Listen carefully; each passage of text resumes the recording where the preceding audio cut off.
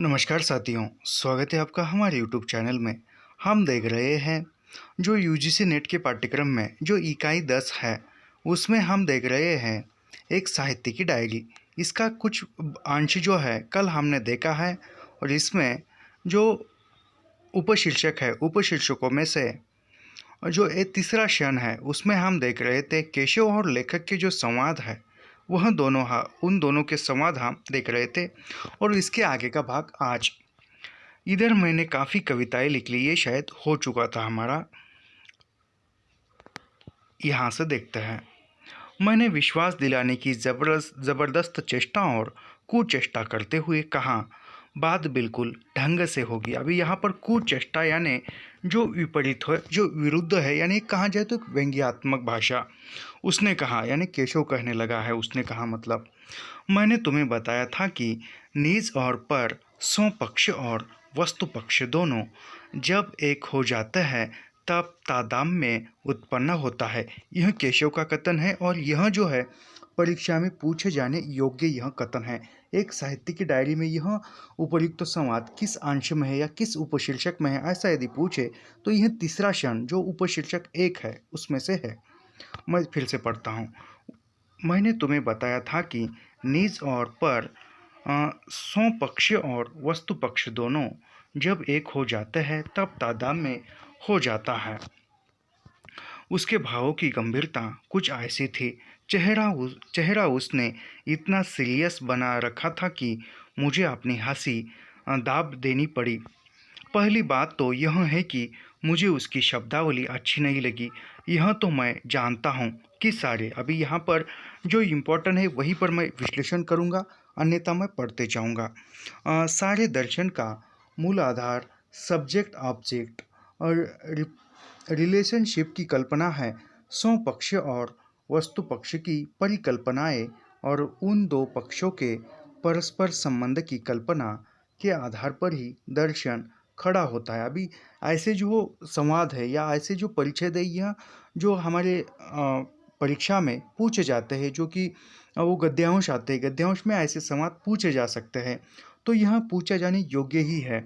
सारे दर्शन का मूल आधार सब्जेक्ट ऑब्जेक्ट, सब्जेक्टिव एवं ऑब्जेक्ट रिफ्लेक्शन की कल्पना है। स्वपक्ष और वस्तु पक्ष की कल्पनाएं उन दो पक्षों के परस्पर संबंधों की कल्पना के आधार पर ही दर्शन खड़ा होता है। अथवा यूं कहिए कि ज्ञान मीमांसा खड़ी होती है। एम्पिटोलॉजी अर्थात ज्ञान मीमांसा। अभी यहाँ पर एम्पिटोलॉजी का अर्थ यहाँ पर ज्ञान मीमांसा दिया हुआ है, लेकिन यहाँ पर हमें समझ में आता है, लेकिन परीक्षा में यदि ऐसा पूछा जाता है कि एम्पिटोलॉजी का अर्थ क्या होता है, तो ज्ञान मीमांसा हमारे परिकल्पना में तुरंत नहीं आता कि बुनियादी पर ही परिकल्पनाओं के प्रसाद की रचना की गई है। इस दृष्टि से देखा जाए तो मुझे वाक्य पर हंसने की ज़रूरत नहीं थी। मैं उसकी स्थापना को विवाद्य मान सकता हूँ, हास्यास्पद नहीं। फिर भी मैं हंस पड़ा, इसलिए कि मुझे उसके शब्दों में उसके स्वयं के विचित्र व्यक्तित्व की झलक दिखाई दी। वह बोझिल, गतिमान, डंडा, पाषाणवत व्यक्तित्व।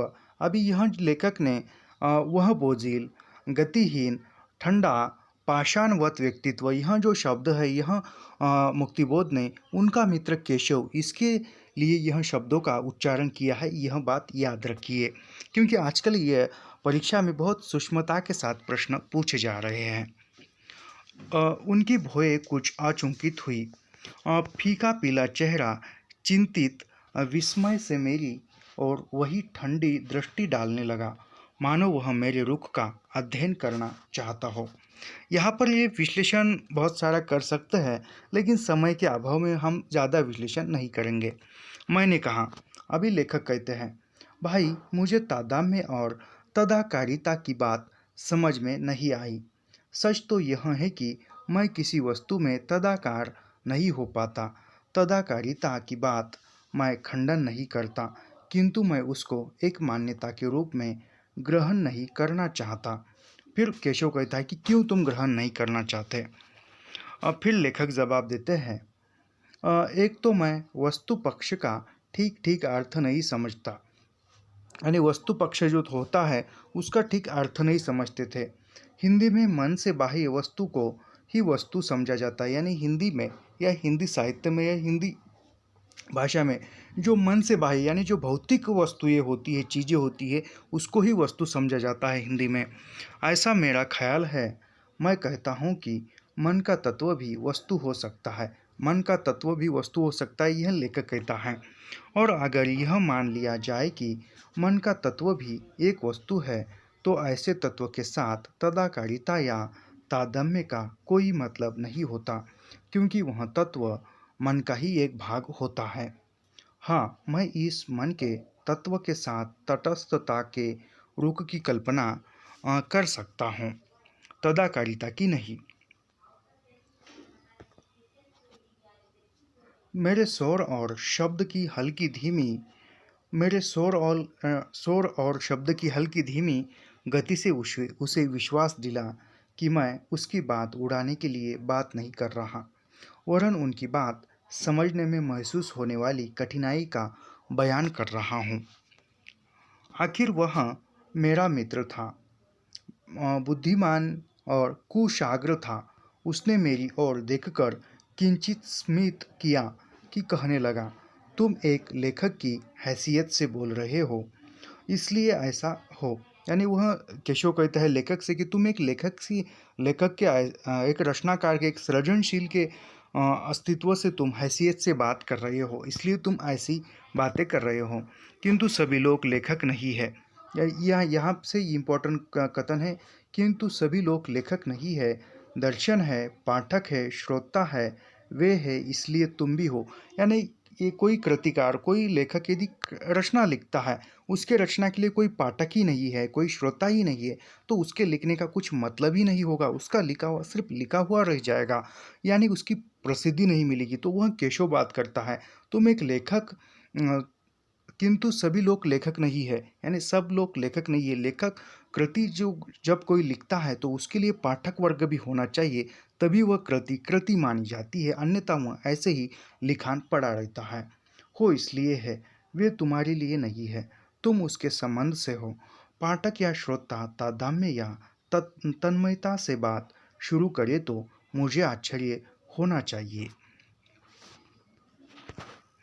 मेरे मुंह से निकला तो, यानी लेखक कहते कि तो, फिर उसने जारी रखा, तो यह कि लेखक की हैसियत से सृजन प्रक्रिया के विश्लेषण के रास्ते से होते हुए सौंदर्य मीमांसा करोगे या पाठक अर्थात दर्शन की हैसियत से कलानुभाव के मार्ग से गुजरते हुए सौंदर्य की व्याख्या करोगे, इस सवाल का जवाब दो। या भी यहाँ पर एक बात ध्यान देने योग्य है कि यह जो सौंदर्य मीमांसा है, यह तो लेखक की हैसियत से है। ये ऐसे जो कथन है जो रामचंद्र शुक्ल का कविता क्या है निबंध है, उसमें भी ऐसी शब्दावली का प्रयोग किया है। यह कथन दिए और ऑप्शन में एक साहित्य की डायरी रहे, चिंतामणि भाग 1 का जो मैंने अभी बताया वह निबंध कविता क्या है, ऐसे एक दो चार दिए तो हमारे दिमाग में तुरंत आ जाता है कि ये ऐसे जो विचार है या ऐसे जो बातें हैं वह शुक्ल ही कर सकते हैं, और हम उसको वो कविता क्या है को टिक लगाकर आते हैं। तो ध्यान रखिए, यह जो है यह एक साहित्य की डायरी का कथन है। तो यह तो लेखक की हैसियत से सृजन प्रक्रिया के विश्लेषण के रास्ते से होते हुए सौंदर्य मीमांसा करोगे, पाठक अथवा दर्शन की हैसियत से कलानुभाव के मार्ग से गुजरते हुए सौंदर्य की व्याख्या करोगे, इस सवाल का जवाब दो। यानी यह सवाल केशव पूछता है लेखक से, यानी यहाँ पर लेखक यानी जो गजानन माधव मुक्तिबोध है वहाँ। मैं उसकी चपेट में आ गया। मैं कह सकता था कि दोनों करूँगा, लेकिन मैंने ईमानदारी बरतना ही उचित समझा। मैंने कहा, यानी लेखक कहते हैं, मैं तो लेखक की हैसियत से ही सौंदर्य की व्याख्या करना चाहूँगा। यानी लेखक कहते हैं कि मैं लेखक के हैसियत से, एक रचनाकार सृजनशीलता के हैसियत से मैं सौंदर्य की व्याख्या करूँगा। इसलिए नहीं कि मैं लेखक को कोई ऊंचा स्थान नहीं देना चाहता हूँ, वरन इसलिए कि मैं वहाँ अपने अनुभव की चट्टान पर खड़ा हुआ हूँ। यानी लेखक कहता है कि मैं खुद लेखक हूँ, इसलिए मैं लेखक के हैसियत से ही मैं उस सौंदर्य की व्याख्या करूँगा। उसने भौ को सिकोड़कर और फिर ढीला करते हुए जवाब दिया। यानी यह इस जो तीसरा क्षण नामक जो इस डायरी का जो भाग है, उपशीर्षक है, उसमें सिर्फ लेखक और लेखक का मित्र इन दोनों के ही संवाद है।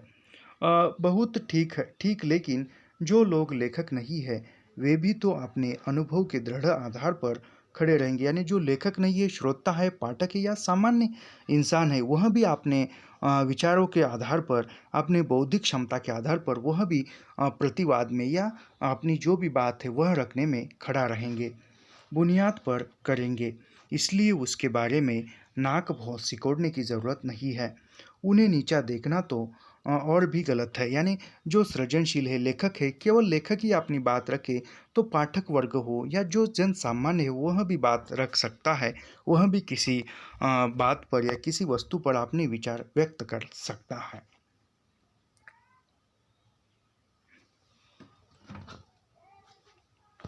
उसने कहना जारी रखा, इस बात पर बहुत कुछ निर्भर करता है कि आप किसी सिरे से बात करेंगे।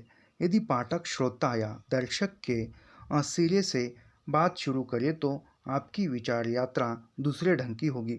अभी यहाँ पर पाठक और श्रोता के बीच में एक ऐसा प्रश्न पूछा जा सकता है कि एक साहित्य की डायरी में पाठक या श्रोता के बीच के जो विचार है या कथन है वह किस उपशीर्षक में वर्णित है, तो ये वह तीसरा क्षण नामक उपशीर्षक में है, याद रखिए।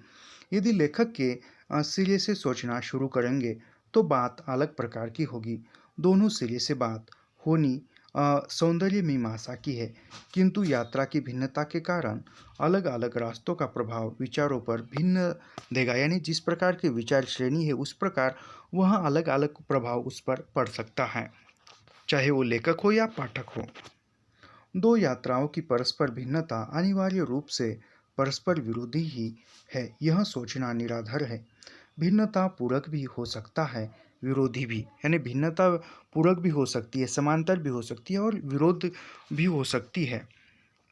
यदि हम यथातथ्य बात भी करें तो भी बल एम्पेसिस की भिन्नता के कारण विश्लेषण भी भिन्न हो जाता है। यानी जिस प्रकार विचार श्रेणी भिन्न है उस प्रकार जो बात है, जो विचार है वह भी भिन्न हो सकते हैं, अलग अलग हो सकते हैं।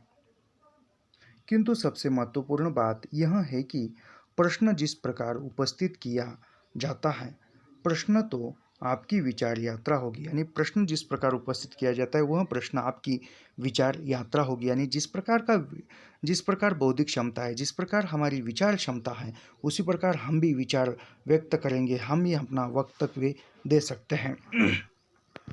यदि इस विचार यात्रा को रेगिस्तान में विचरण का पर्याय नहीं बनाना है तो प्रश्न को सही ढंग से प्रस्तुत करना होगा। यदि वह गलत ढंग से प्रस्तुत किया गया तो अगली सारी यात्रा गलत हो जाएगी। यानी जिस प्रकार प्रश्न यदि हम सही ढंग से पूछते हैं, सवाल यदि सही ढंग से पूछते हैं तो उसका उत्तर भी सही ढंग से ही आएगा। यदि हमने प्रश्न ही गलत पूछा तो उत्तर भी गलत आने की संभावना हो सकती है और 100% गलत उत्तर भी आता है। उसने मेरी तरफ ध्यान से देखा। शायद वह यह देखना चाहता था कि मैं उसकी बात गंभीरतापूर्वक सुन रहा हूँ या नहीं। यानी लेखक बातें कर रहे हैं और फिर सोच रहे हैं कि वह मेरी बात को ध्यानपूर्वक सुन रहा है कि नहीं। यह जो मैं पढ़ रहा हूँ यहाँ से बहुत कम परीक्षा में पूछा जाता है। जहाँ पर परीक्षा में पूछे जाने योग्य है वहीं पर विश्लेषण करूँगा, जैसे मैं पहले ही बता चुका हूँ। शायद उसका यह विश्वास था कि मैं अत्यधिक इम्पल्सिव, सहज उत्तेजित हो उठने वाले एक बेचैन आदमी की तरह हूँ, किंतु मैं शांत था। मेरे मन की केवल एक ही प्रतिक्रिया थी और वह यह कि केशव यह समझता है कि समस्या को ठीक तरह से प्रस्तुत करना नहीं जानता। यानी लेखक का मित्र लेखक को कहता है कि समस्या को ठीक तरह से प्रस्तुत, यानी समस्या यानी प्रश्न ठीक ढंग से पूछने की कला जो है वह नहीं आती।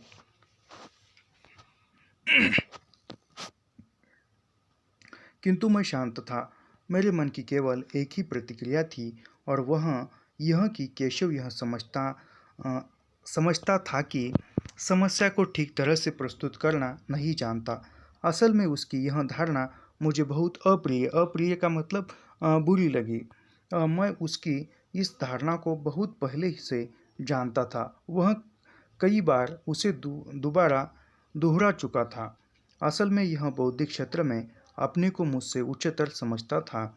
उसका ठंडापन, उसके फलस्वरूप हम दोनों के बीच की दूरी का सतह मान, और इस मान के बावजूद हम दोनों का नैकट्य, परस्पर घनिष्ठता और इसके विपरीत दूरी के उस मान के कारण मेरे मन में केशव के विरुद्ध एक चिड़चिड़ापन, इन सब बातों से मेरे अंतःकरण में केशव से संबंधित संबंधों की भावना विषम हो गई। विषम का अर्थ यहाँ पर विरोधी हो सकता है।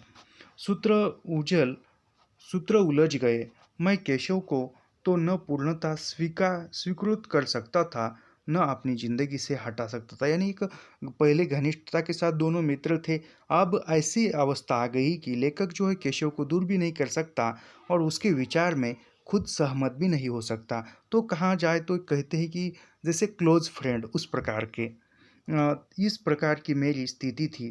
फिर भी चूंकि ऐसी स्थिति बहुत पहले से आ गई थी, इसलिए मुझे उसकी आदत पड़ गई थी। यानी लेखक जो है पहले से ही उनका मित्र केशव उनके स्वभाव से, उनसे व्यक्तित्व से उतना प्रभावित नहीं थे और अप्रिय था वह। फिर भी वह अप्रियता होने के बावजूद भी उनमें घनिष्ठता, मित्रता हो चुकी थी।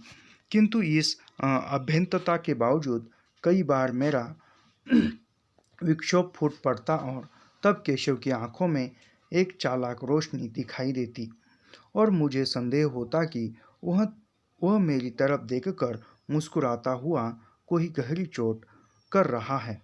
यानी लेखक यदि बुरी नज़र से भी देखते हैं तो भी उनका मित्र उनकी तरफ देखकर स्मित तरह से हंसता है, और वह जो हंसता है तब लेखक को लगता है कि यह मेरे सीने में गहरी चोट दे रहा है। उस समय के विरुद्ध मेरे हृदय में घृणा का फोड़ा फूट पड़ता था। किसी न किसी तरह मैंने अपने को सामंजस्य और मानसिक संतुलन की समाधि में गाड़ लिया, यह बताने के लिए कि मैं उसकी बातें ध्यानपूर्वक सुन रहा हूँ। मैंने उसके तर्कों और युक्तियों के प्रवाह में डूबकर मर जाना सहज कर समझा। यानी इसके भाव में या उसके विरुद्ध में मर जाना ही अच्छा लेखक ने समझाया था। रवैये से या रुख से मेरे आत्मगौरव की रक्षा हो सकती थी। इस बीच मेरा मन दूर दूर भटकने लगा। बाहर से शायद धीर प्रश्न प्रशांत लग रहा था। मैंने ऐसे बहुत से व्यक्ति देखे हैं जो हिमांचादित पर्वत शिखर की भांति शांत, यानी यहाँ पर यानी जो जिस प्रकार हिमाचल जो पर्वत है वह उस पर कुछ भी हो जाए, वह जिस प्रकार शांत अपना अपना सिर ऊंचा करके खड़ा रहता है, जो पर्वत है हिमालय का पर्वत, वो उस प्रकार केशव का व्यक्तित्व था। चाहे कोई द्वेष करे, गुस्सा करे, तो भी वह एक शांत प्रवृत्ति का था और वह हिमालय की तरह हमेशा शांत अपना सिर ऊंचा करके खड़ा रहता था। शिखर की भांति शांत, निशब्द, गंभीर और भव्य लगते हैं।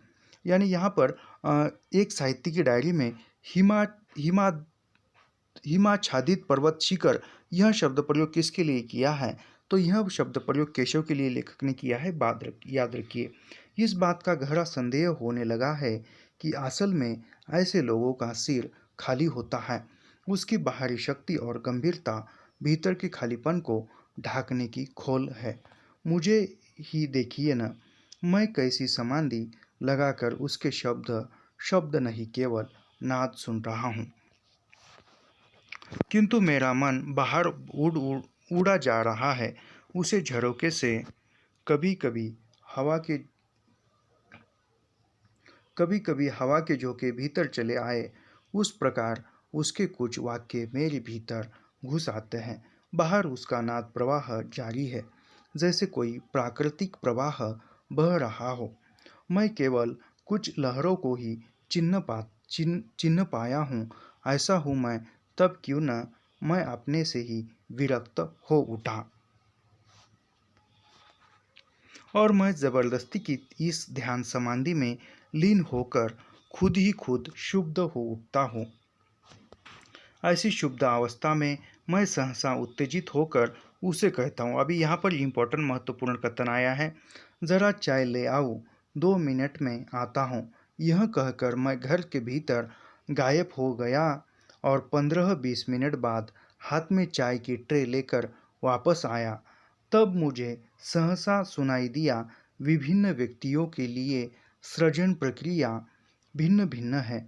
भिन्न विभिन्न युगों से सृजन प्रक्रियाएं अलग अलग होती है। यानी अनेक युगों से जो है सृजन प्रक्रिया जो है अलग अलग होती है। यह काफ़ी मिलते जुलते हैं।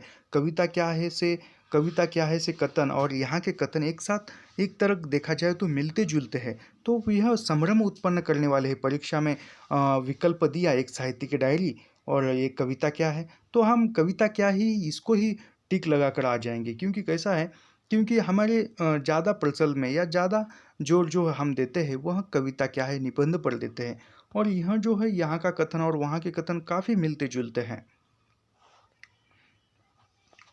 साहित्य प्रकारों के लिए भी सृजन प्रक्रिया भिन्न भिन्न, यानी साहित्य के प्रकारों में सृजन प्रक्रिया जो रचनाकार की प्रक्रिया है वह भी भिन्न भिन्न है, अलग अलग है।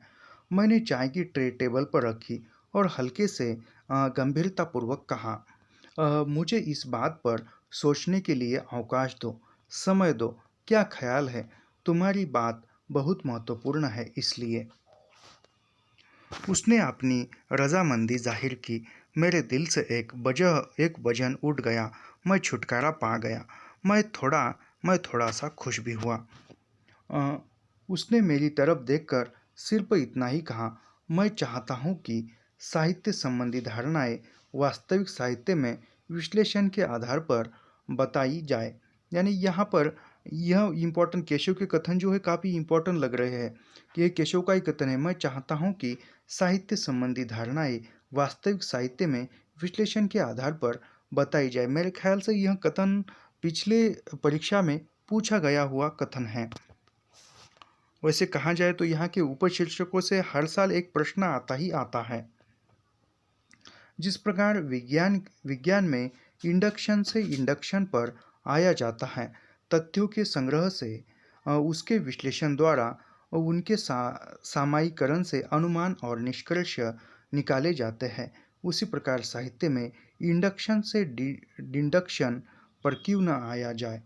इंडक्शन का क्षेत्र केवल हिंदी साहित्य तक ही सीमित क्यों रहे, यानी इंडक्शन जो है इसका जो क्षेत्र है, इंडक्शन का क्षेत्र वह हिंदी साहित्य तक ही सीमित क्यों न रहे। हिंदी साहित्य से भी बढ़कर इंडक्शन जो है आगे निकल चाहे या अन्य क्षेत्र में उसका अर्थ निकल जाना चाहिए। उपन्यास क्या है? यह पढ़ाते समय हम विश्व के प्रमुख उपन्यासों के उपरांत ही यह ठहराए कि उपन्यास किसे कहते हैं और उसका शिल्प क्या है अथवा उसके प्रधान अंग। अभी ऐसा कथन पूछा जाए कि उपन्यास क्या है, यह पढ़ाते हैं, यह उपन्यास क्या है, ऐसे यदि पढ़ाए जाए तो ऐसे यदि कथन परीक्षा में पूछे जाए तो हम इसका उत्तर कोई एक आलोचनात्मक किताब से ही समझकर उसका उत्तर दे सकते हैं। लेकिन ये केस साहित्य की डायरी का है। उपन्यास क्या है? यह पढ़ाते समय हम विश्व के प्रमुख उपन्यासों के उपरांत ही यह ठहराए कि उपन्यास किसे कहते हैं और उसका शिल्प क्या है अथवा उसके प्रधान अंग क्या है, यानी उपन्यास के प्रधान अंग क्या होते हैं। इसी प्रकार साहित्य में सौंदर्य किसे कहते हैं? अभी यहाँ पर भी एक महत्वपूर्ण कथन है। इसी प्रकार साहित्य में सौंदर्य किसे कहते हैं?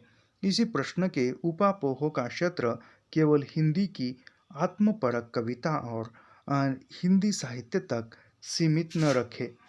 यदि यदि हमने क्षेत्र विस्तृत किया तो हम पाएंगे कि सौंदर्य संबंधी हमारी परिभाषा अस्पष्टता के दोष से अथवा अव्याप्ति और अतिव्याप्ति के दोष से रहित होगी।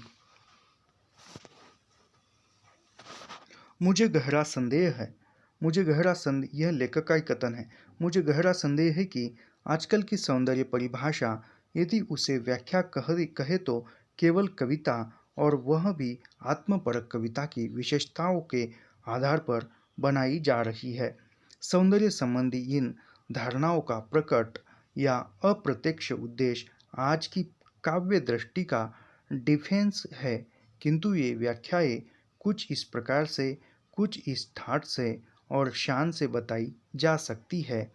जाती है, मानो सार्वभौम सत्य की सार्वकालीन स्पंदनाओं इस पोज में और ज़रूरत की पड़ जाए। हम जब परीक्षा नज़दीक आएगी तो इस पर भी एक शॉर्ट नोट्स बनाकर यह सभी 10 यूनिट 10 यूनिट 9 यह सब कुछ फिर से एक बार रिवीजन किया जाएगा आपको। इस पोज और इस पोज की ज़रूरत नहीं, यह अवैज्ञानिक दृष्टि है। अगर साहित्यिक सौंदर्य संबंधी मीमांसा करनी है तो आपको अपनी दृष्टि केवल आत्मपरक कविता, वह भी आजकल की कविता कविता तक ही सीमित नहीं रहनी चाहिए। और यदि ऐसी ही व्याख्या करनी है तो वह पोज और पॉक्चर का त्याग देना चाहिए। उसे इस पोज में चीड़ है। पूरी बातचीत में मेरा रुख एक श्रोता का था, यानी केशव जब बात करता तो लेखक सिर्फ सुनने का काम करते थे। इच्छा तो यह थी कि गौण पात्र की भूमिका अदा न कर उसकी बातों को हिट करूं, उस पर प्रत्याक्रमण करूं। मुझे संदेह हो रहा था कि वह पंडिताऊ ढंग से सौंदर्य संबंधी बात करना चाह रहा था। मुझे इस विषय को आगे बढ़ाने की इच्छा नहीं थी। बहरे बहरे के समान क्या बीन बजाऊं, यानी जो सुनता नहीं है, जैसे बहरे के सामने क्या बीन बजाऊं, तो बहरे के सामने कितना ही बीन बजाओ ढोल बजाओ कुछ असर नहीं पड़ेगा, उस प्रकार। मैं बात बदलने के लिए कहा, यानी लेखक ने बात बदलने के लिए कहा। और कैसा क्या चला हुआ है। उसने कोई जवाब नहीं दिया। वह क्या कहता। हम उठे और चलने लगे। मैंने कहा, मैं तुम्हें वहाँ तक पहुँचा देता हूँ, यानी वहाँ तक मैं तुम्हें पहुँचा देता हूँ। तब तक शाम हो चुकी थी।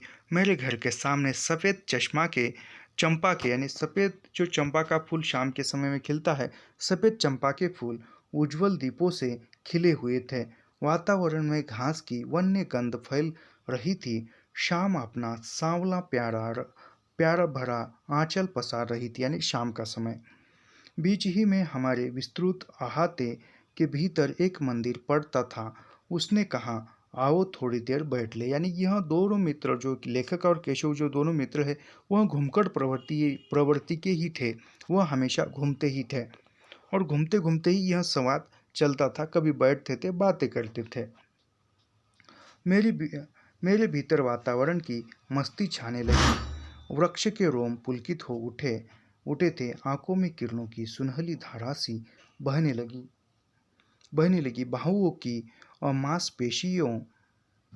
मांसपेशियों में से मानो कोई नशा बहकर दौड़कर हृदय में शराब बन रहा था। मात्र प्राकृतिक शारीरिक आनंद मुझ पर हाथों हो रहा था। एक उन्मुक्त स्फूर्ति, एक सहज शक्ति चेतना मेरी आंखों को निर्लज्ज और दीप्त कर रही थी। किंतु मेरा मित्र वैसे ही शिथिल, शांत और पाषाणवत बैठा था, यानी लेखक बात कर रहे थे, फिर भी वह केशव जो है शांत एवं पाषाणवत बैठा था। मैं अपनी शारीरिक शक्ति के आनंद से ही चमत्कृत था। भीतर से मंत्रित और मंत्रमुग्ध उसके धीरे धीरे बहुत ठंडक से कहना शुरू किया। मुझे लगा कि बर्फ की कोई सील मेरी त्वचा पर फेरी जा रही है। इस बीच उसके नाद प्रवाह में कोई परिचित नाम सुना। मैंने चौंक कर पूछा, क्या हमने कल तय कर लिया कि इस गर्मी में विवाह कर लेंगे? मैंने बहुत विस्मय से पूछा। क्या, किससे? केटी से, यानी केटी से। यहाँ पर एक नाम आया है, याद रखिए, केटी से, यानी केटी ये लड़की का नाम है। कोई केटी। वह कुछ नहीं बोला, किंतु धीरे धीरे मन में एक इसकी आभा प्रकाश का रूप धारण करती रही। मुझे आश्चर्य का इतना बड़ा धक्का कभी नहीं लगा था। केशव ऐसा कर भी सकता है? असंभव। तो उसके बारे में मेरा परीक्षण गलत हो गया। एक ही झटके में। अच्छा हुआ कि वह गलत हो गया। मेरा सारा चेहरा आश्चर्य और आनंद की लहरों में बंधा गया। मैंने मजाक में कहा, तो इसलिए तादाम्य और तदाकारिता की बात कर रहे हैं, क्यों हजरत? उसने तड़ाक से जवाब दिया, केवल तटस्थता केवल तटस्थ व्यक्ति ही तदाकारिता हो सकता है, समझे? उसने गंभीरता से कहा। उसके स्वर में अतिरिक्त बल था, किंतु उसके इस वाक्य का मैं अर्थ नहीं समझ सका। असल में मुझे इतना आनंद हुआ था कि मैंने केशव को चिपका दिया। उसका चेहरा लाल और शायद गर्म हो गया था, लज्जा से शर्म। ऐसी स्थिति में भला उसके वाक्य का अर्थ कैसे समझ सकता था?